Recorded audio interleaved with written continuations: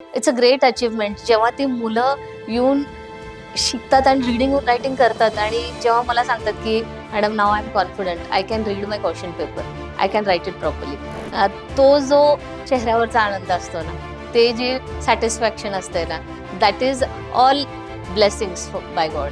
इतकं छान वाटतंय and they are so successful and that confidence makes us feel confident and we get more encourage to teach more children. And since 25 years आम्ही हे करतोय आणि प्रत्येक एक मुलाच्या चेहऱ्यावरचा तो कॉन्फिडन्स आणि स्माईल ते बघितल्यावरती इतकं छान वाटतंय.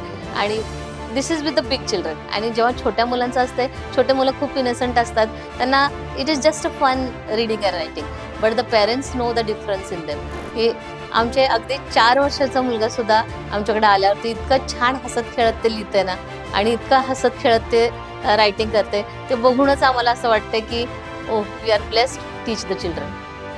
दॅट फिलिंग, दॅट सॅटिस्फॅक्शन खूप छान वाटते. आणि phonetics is really a blessing for everybody. आणि त्याच्यामुळे कसं होतंय की मुलं कॉन्फिडंट होतात आणि एकदा बेसिक त्यांना रीडिंग रायटिंग आलं की मग त्यांना इंटरेस्ट वाढायला चालू करते.